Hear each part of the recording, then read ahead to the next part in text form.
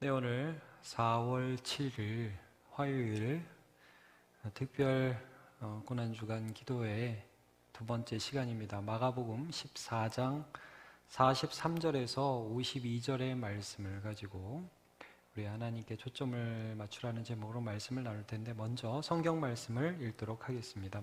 마가복음 14장 43절에서 52절 말씀, 저와 여러분이 한 절씩 교독하도록 하겠습니다. 예수께서 말씀하실 때에 곧 12 중의 하나인 유다가 왔는데, 대제사장들과 서기관들과 장로들에게서 파송된 무리가 검과 몽치를 가지고 그와 함께 하였더라. 예수를 파는 자가 이미 그들과 군호를 짜 이르되, 내가 입맞추는 자가 그이니 그를 잡아 단단히 끌어가라 하였는지라. 이에 와서 곧 예수께 나와 랍비여 하고 입을 맞추니, 그들이 예수께 손을 대어 잡거늘 곁에 서 있는 자 중의 한 사람이 칼을 빼어 대제사장의 종을 쳐 그 귀를 떨어뜨리니라. 예수께서 무리에게 말씀하여 이르시되, 너희가 강도를 잡는 것 같이 검과 몽치를 가지고 나를 잡으러 나왔느냐? 내가 날마다 너희와 함께 성전에 있으면서 가르쳤으되 너희가 나를 잡지 아니하였도다. 그러나 이는 성경을 이루려 함이니라 하시더라. 제자들이 다 예수를 버리고 도망하니라. 한 청년이 벗은 몸에 배 혼이불을 두르고 예수를 따라가다가 무리에게 잡히매 배 혼이불을 버리고 벗은 몸으로 도망하니라. 아멘. 네, 오늘 하나님께 초점을 맞추라, 하나님께 초점을 맞추라, 이런 제목으로 하나님 말씀을 나누도록 하겠습니다. 우리는 어제 예수님께서 십자가를 앞두고 기도하신 모습을 함께 묵상했습니다. 아빠 아버지, 나의 원대로 마옵시고 아버지의 원대로 되기를 원하나이다 라는 주님의 기도가 있었죠.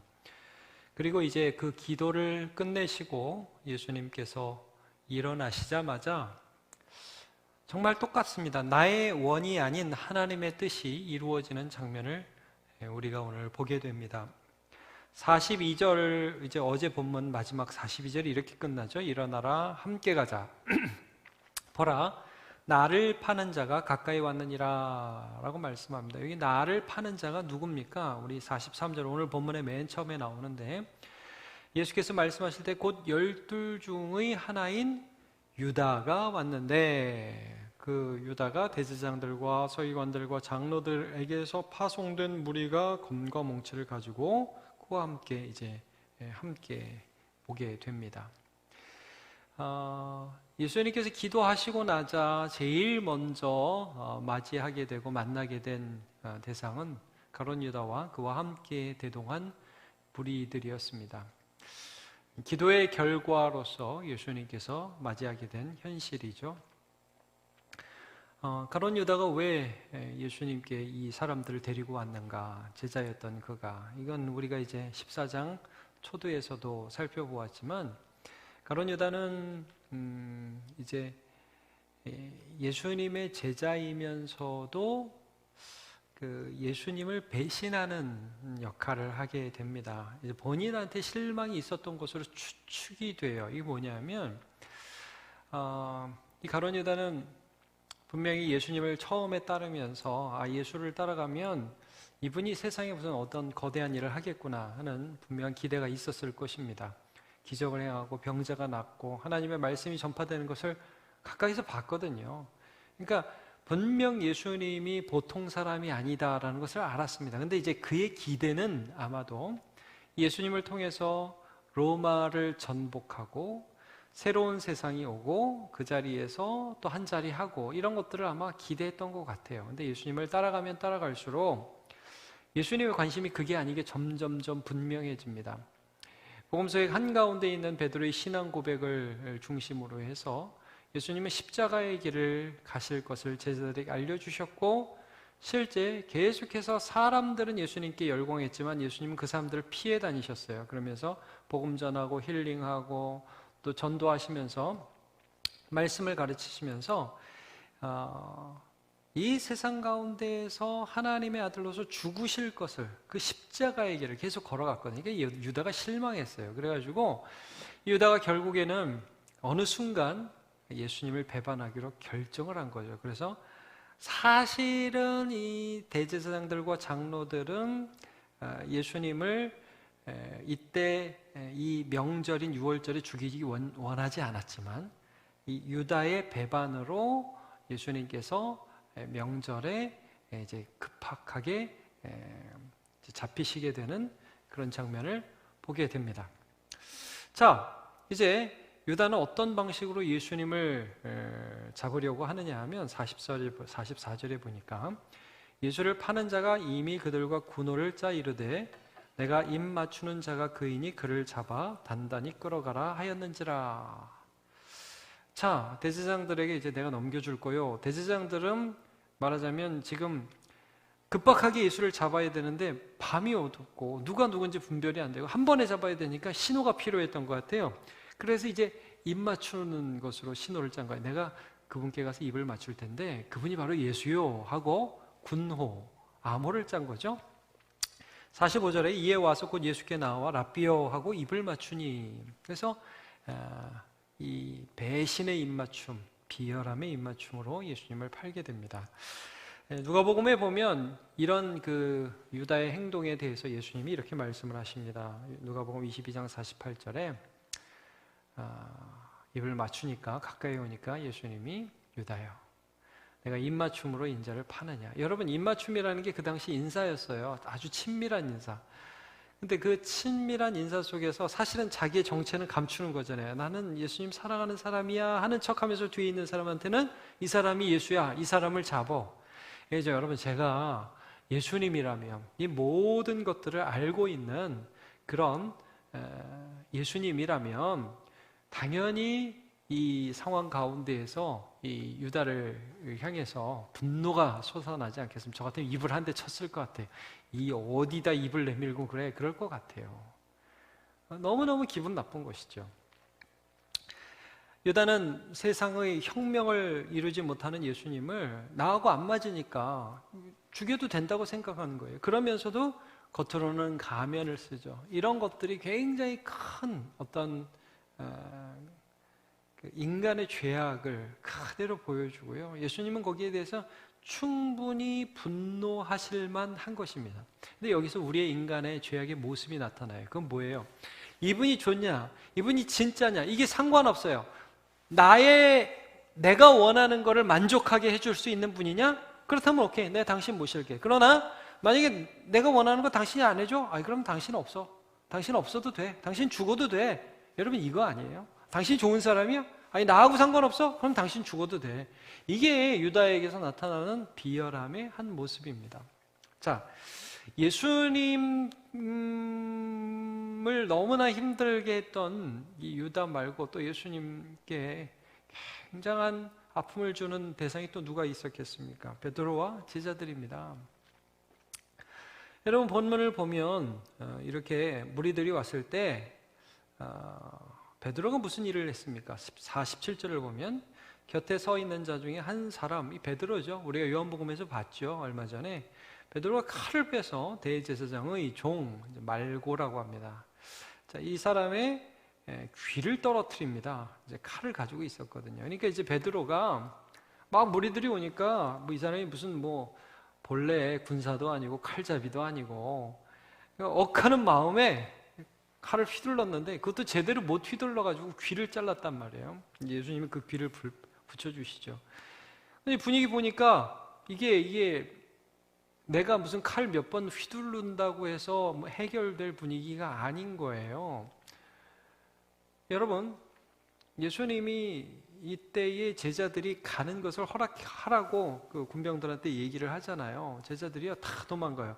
그 50절을 보시면 제자들이 다 예수를 버리고 도망하니라 라고 말씀을 합니다. 이게 왜 그러냐면 지금도 그렇지만 그 당시에 어떤 반역죄인이 있으면 그 죄인과 연관된 사람들 있죠. 같이 있었던 사람. 그 사람들도 거의 동일한 급의 처벌을 받게 됩니다. 그러니까 예수님과 같이 있었다. 예수님의 제자다. 근데 예수가 지금 정치범으로 몰려서 죽게 된다? 순간적으로 이들이 깨달은 거야. 아, 이거 위험하구나. 이거 우리 목숨에도 위협이 닥치게 되겠구나.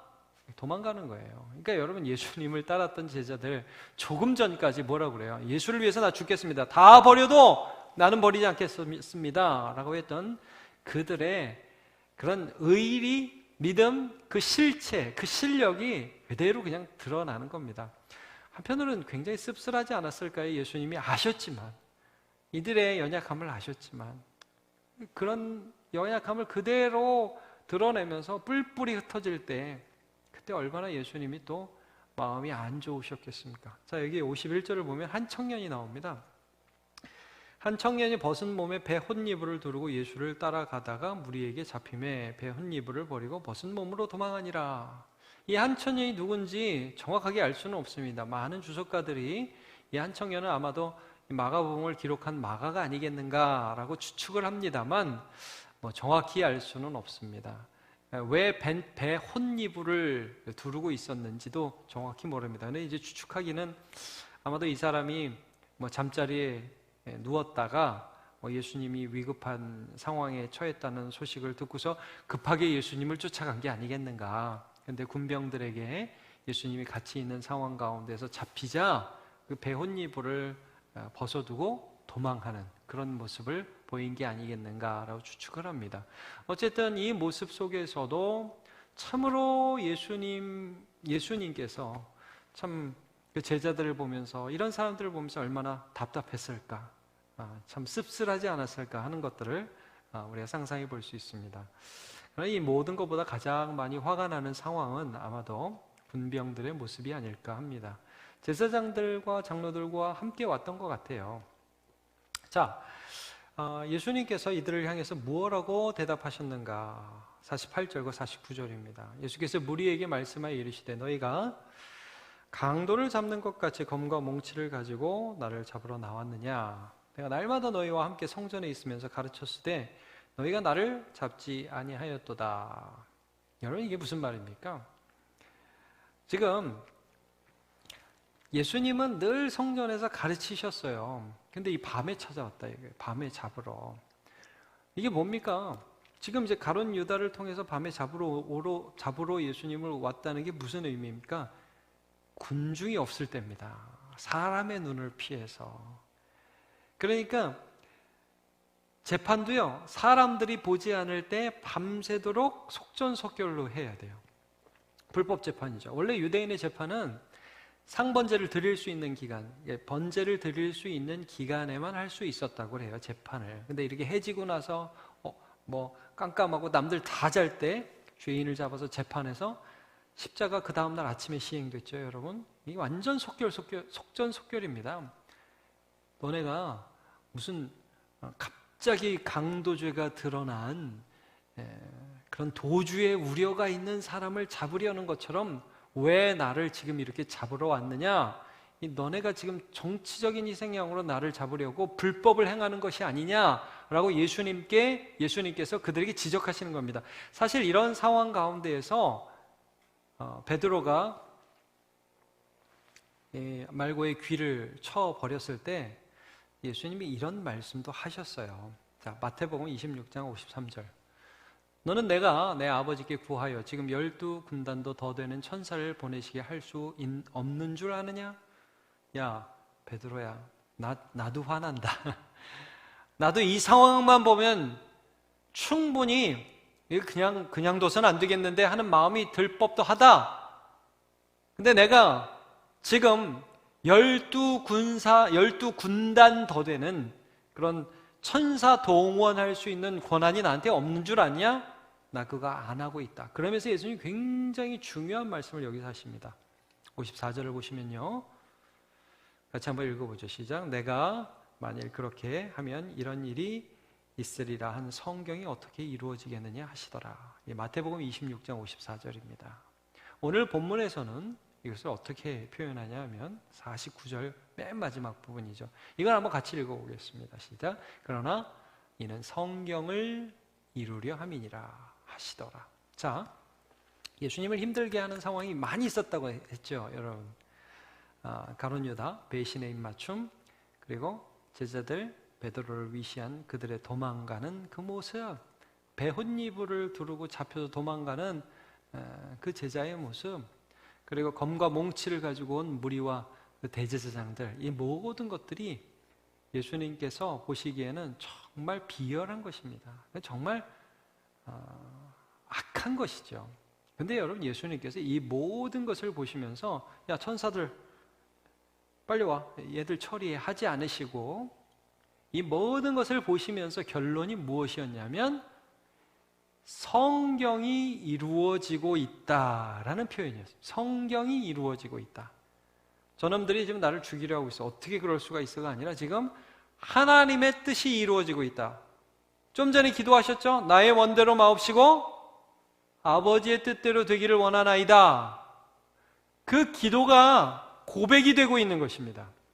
자, 여기서 말씀하신 이 성경을 이루려 함이라 할 때 성경은 아마 이사야 53장 12절일 것입니다. 이사야 53장 12절을 보면 그러므로 내가 그에게 존귀한 자와 함께 몫을 받게 하며 강한 자와 함께 탈취한 것을 나누게 하리니 이는 그가 자기 영혼을 버려 사망에 이르게 하며 범죄자 중 하나로 헤아림을 받았음이니라. 이 말씀일 것으로 보여집니다. 예수님은 아셨습니다. 지금 자신이 어떤 대우를 받고 어떤 억울함을 당하고 있는지 분명히 아셨고 이것이 부당함을 분명히 아셨습니다. 그러나 더 크게 보셨습니다.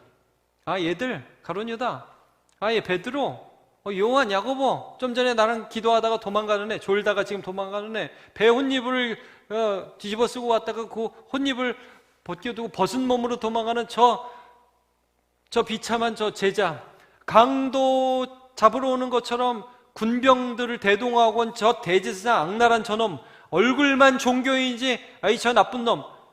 근데 여러분, 그들을 보면서 예수님은 하나님을 보셨다 이거예요.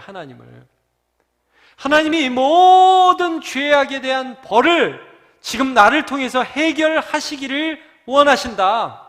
하나님을 보셨습니다. 이건 과정이다. 이건 지나가는 거다. 그러나 이 모든 일들을 통해서 하나님의 뜻이 이루어질 것이다. 이 십자가에서 예수님께서 가지신 믿음입니다. 여러분, 하나님을 바라보는 자는 현재 억울함과 고난을 뛰어넘어서 하나님의 뜻이 이루어지는 것을 경험하게 됩니다. 로마서 8장 28절, 우리가 알거니와 하나님을 사랑하는 자 곧 그의 뜻대로 부르심을 입은 자들에게는 모든 것이 합력하여 선을 이루느니라. 아멘. 이것이 예수님께만 이루어진 것이 아니라 하나님을 사랑하는 자 곧 그 뜻대로 부르심을 입은 우리 모두에게 이루어지는 진리입니다. 우리가 이제 코로나19 때문에 참 많이 불편하죠. 그래서 많이 불평합니다. 저놈 때문이라고 이놈 때문이라고 그럽니다. 물론 그런 여러 가지 죄악과 잘못된 점들을 우리가 잘 개선할 필요가 있습니다. 우리는 이것들을 잘 지나가야 합니다. 그리고 동시에 우리는 이 모든 과정을 통해서 일하고 계신 선하신 하나님을 봐야 합니다. 선하신 하나님을 믿어야 합니다. 지난주 수요일에 우리가 이제 다윗에 대한 말씀을 함께 나누었는데 그때 하나님의 주권에 대한 묵상을 했습니다. 여러분, 다윗에게 끊임없이 찾아오는 사울이라는 위협이 있었습니다. 근데 다윗이 그를 죽일 기회가 2번 있었거든요. 안 죽여요. 왜 안 죽이느냐? 사울만 보면 죽여야죠. 근데 사울을 허락하신 하나님을 봤거든요. 사울만 죽였으면 다윗도 사울 죽이면서 끝입니다. 그러나 이 사울을 주신 하나님을 보았기 때문에 죽이지 않고 인내하고 지나가고 그 다음을 준비했습니다. 그래서 하나님이 쓰시는 사람으로 사용되었습니다. 여러분, 예수님은 이 모든 배반과 배신과 악독과 악랄을 지나가서 하나님의 형벌을 받으심으로 우리를 구원하셨다고요. 이들에게 나타난 모든 죄악들이 우리의 죄예요. 여러분, 대제사장의 비열함이 우리에게 없습니까? 유다 같은 그런 나쁜 목적을 위해서는 수단을 합리화하는 그런 나쁜 면들이 우리에게는 없습니까? 베드로와 제자들 같이 겉으로만 소리치고 나중에 실제적으로 가서는 아무것도 못하는 나약함이 우리들에게 없습니까? 이 모든 것들이 예수 그리스도를 십자가에 못 박으신 것입니다만, 예수님이 이 과정을 넘어서서 하나님을 바라보셨기 때문에 하나님의 뜻이 이루어지는 그런 구원을 이루시게 된 것입니다. 초점을 하나님께 맞추십시오. 그러면 십자가도 승리가 됩니다. 오늘도 우리의 삶에서 보이지 않는 하나님 바라보면서요, 여러분 하나님께 반응하십시오. 하나님께서 우리를 사용하여 주실 것입니다. 같이 기도 한번 하겠습니다. 하나님, 오늘 예수 그리스도께서 겟세마네에서의 기도를 마치신 후에 유다의 배신과 또 제자들의 도망, 또 대제사장과 장로들의 비열한 정치 공세 받으시는 이 장면을 보면서 답답함과 억울함을 우리도 느낍니다.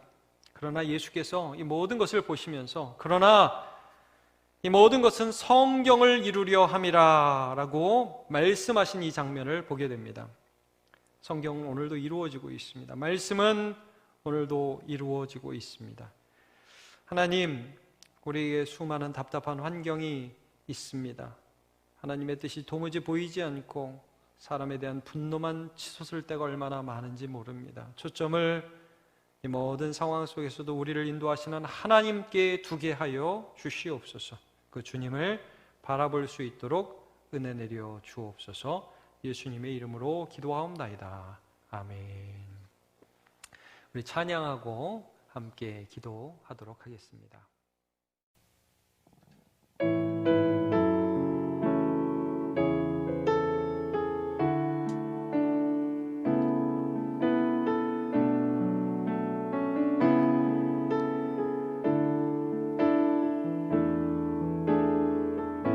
모든 능력과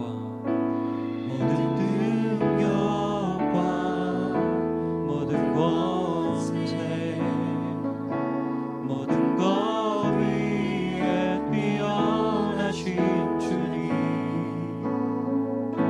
세상이 증명할 수 없는 지혜로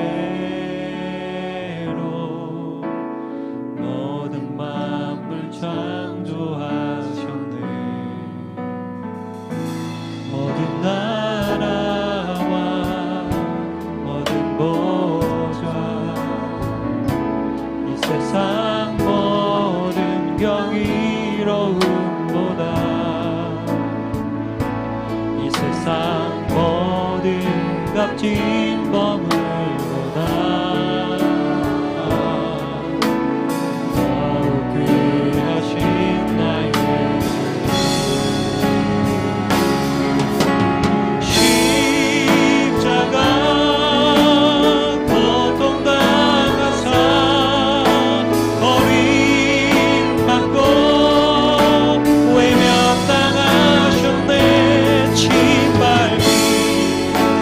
참